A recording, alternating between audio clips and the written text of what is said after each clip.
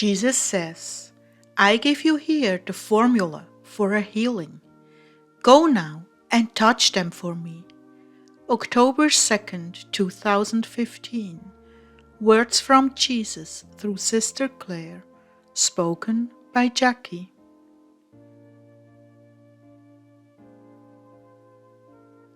Clare began, The Lord is with us to instruct us, bless us, and bring us into His perfect will for our lives. Before I start the message, I'd like to tell you what He said to me. Jesus began, I will do miracles and wonders at the hands of my insignificant little brides. My brides, you have indeed been duped. You have been sold a bill of goods that those who operate in the gift of healing are special or chosen singularly for that. Nothing could be further from the truth. Even in the first years of the church, healing was extremely common among believers without the intervention of an apostle. My spirit dwelt richly with my people who believed in me, to the point of being threatened with death. Virtue in those days was also far more common than it is today. But the deception is that you have to be someone spiritual, some spiritual hotshot for healings to manifest. This is all part of the corruption of a Hollywood-molded society, where showmanship, glitter and glamour are modeled to the people. A corrupted form of Christianity. Tell them about your experience, Clare. Well, I'm not sure how it all fits together, but he asked me to tell you, so I will. I was attending a church in Phoenix. This is right after I was converted, probably about 28 years ago or so. A very well-known man with a growing and famous healing ministry came to Phoenix to preach in this church. We went to pick him up at the airport. The pastor sent us out there, so he ministered in this church of maybe 800 people at the time, and I was amazed at what happened. There was so much drama, so much workup, so much. I would almost call it hysteria. Someone behind me was healed of blindness in one eye, and I knew she was for real because she didn't want to go up and claim her healing and share what the Lord had done for her. I finally convinced her to go up at the very last minute, but I knew she wasn't a sham because of the way she resisted that altar call. But I just couldn't see Jesus acting that way. The healings, yes, the drama, just didn't seem like the Sermon on the Mount, or even Jesus' sermon at Simon Peter's when the paraplegic was healed.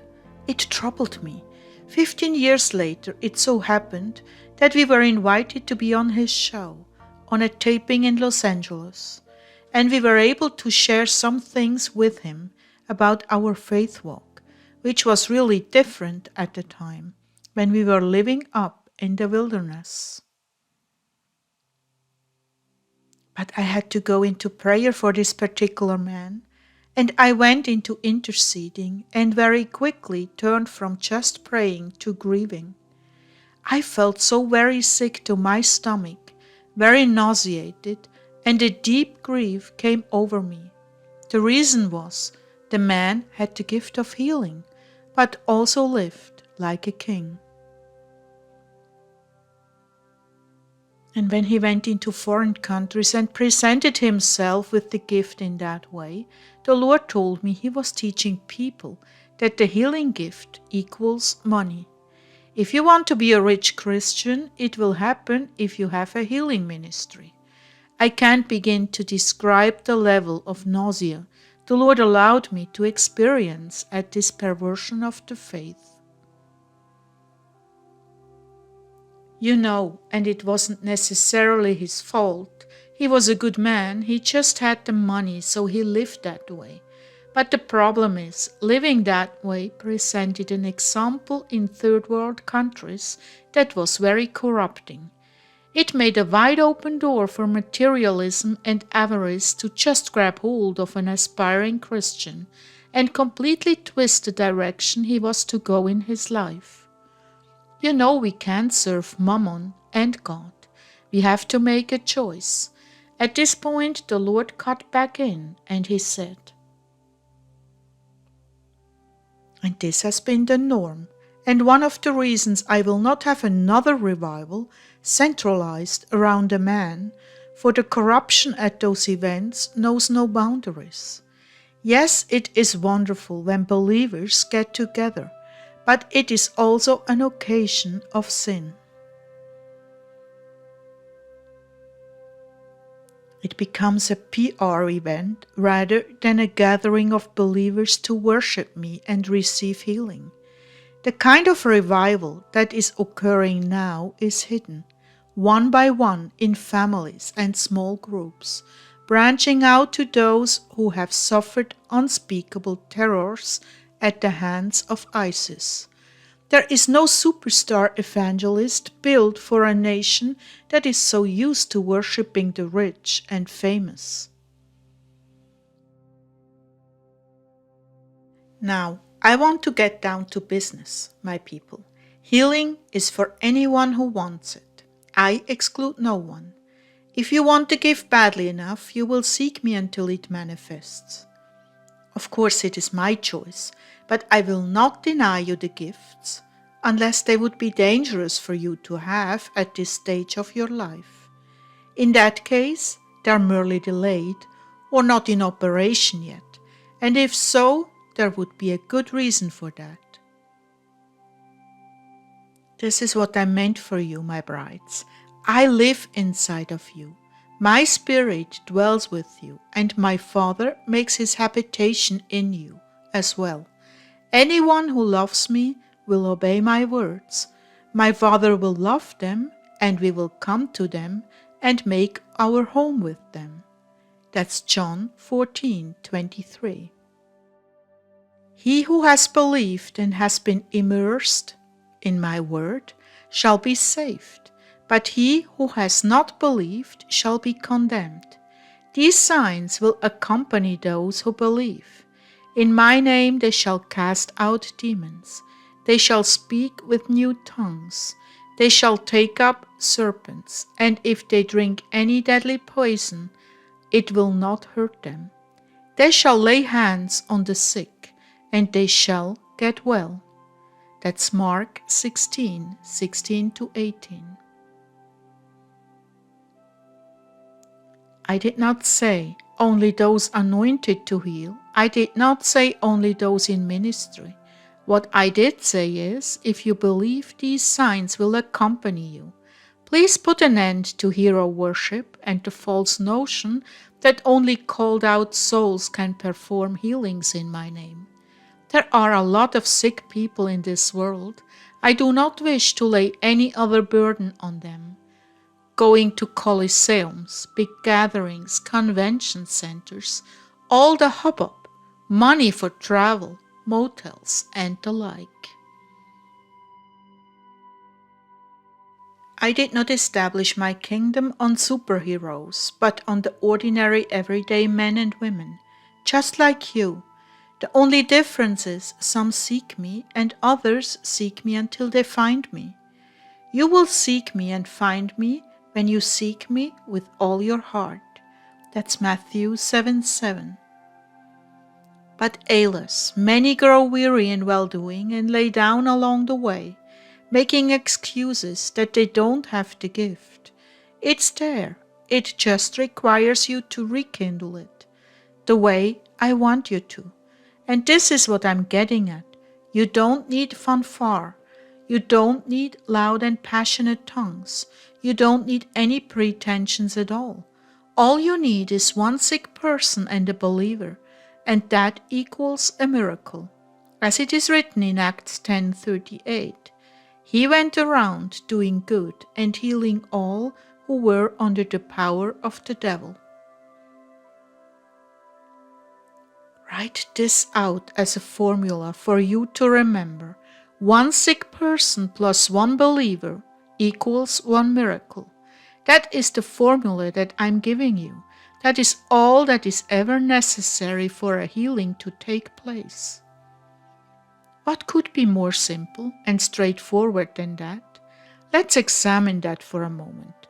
One sick person. I didn't say one sick person with the faith to believe, because I will send you to the unbelievers to heal, that they might believe, as it is written in John 2:23.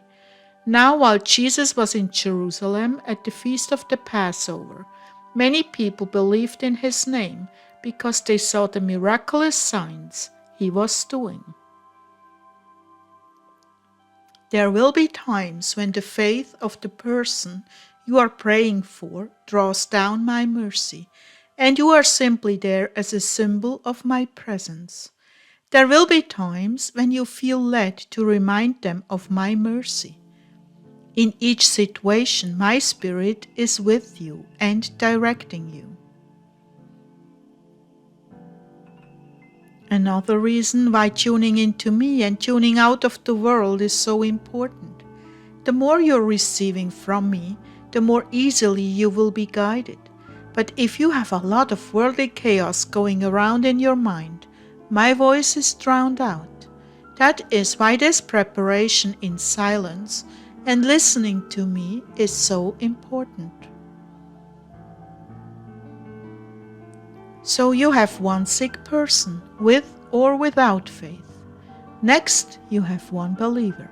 You know who I am. You know I dwell inside of you.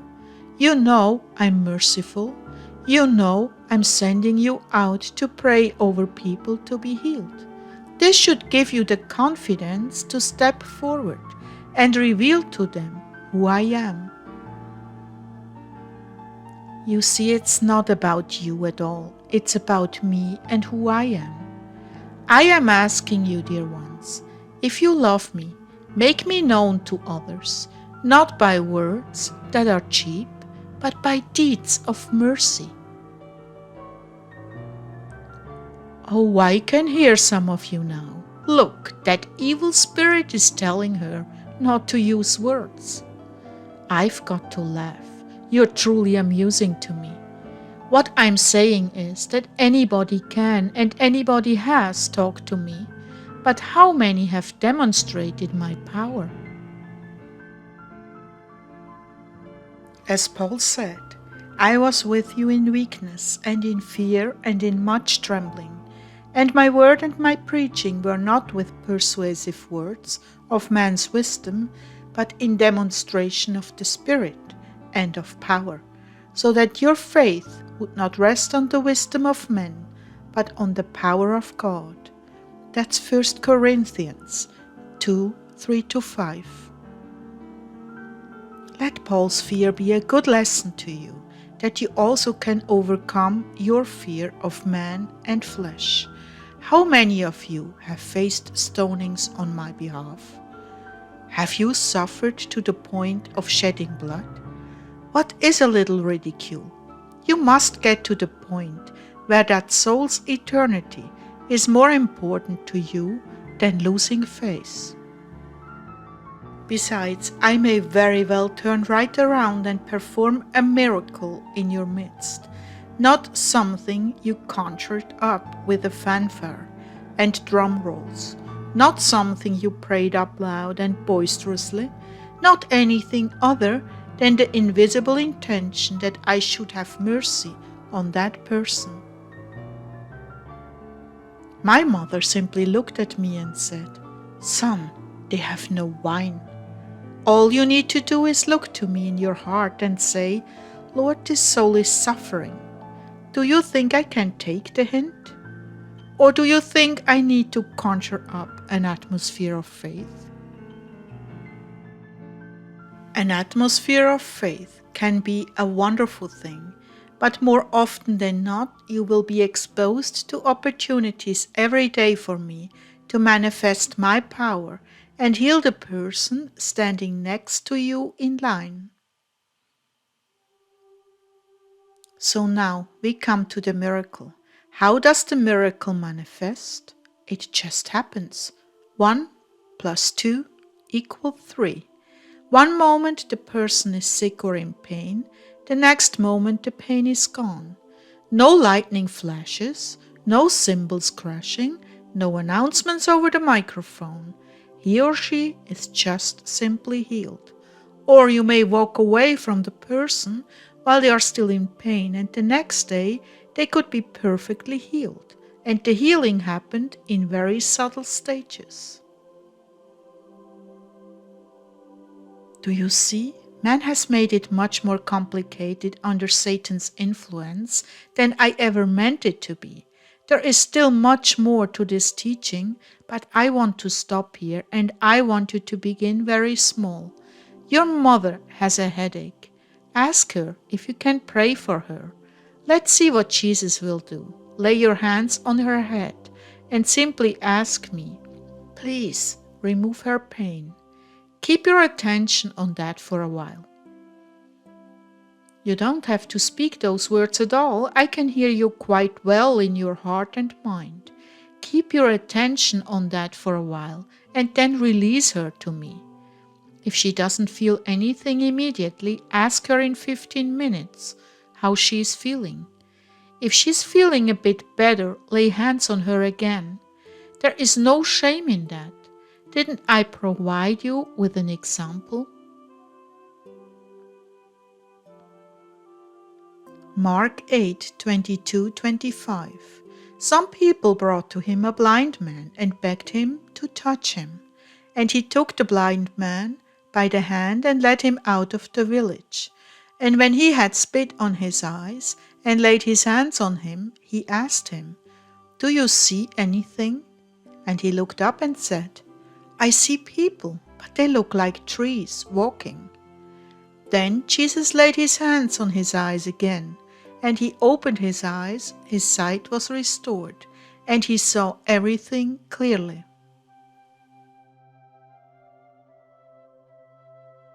I want you to know, my brides, you are truly a flock after my own heart. I'm so pleased with the long way you've come in several very short months. And before I take you with me to heaven, you will have grown even more. Just continue to listen as little children. Do not allow the enemy to lie and make healing in my name seem complicated and over your heads. Don't allow him to sow confusion. I'm making it so simple for you. Remember, only 3 things are needed for a healing. 1 sick person plus 1 believer equals 1 miracle. That's all that's necessary. Lock these words away in your heart and bring them to mind the next time you have an opportunity to touch someone for me.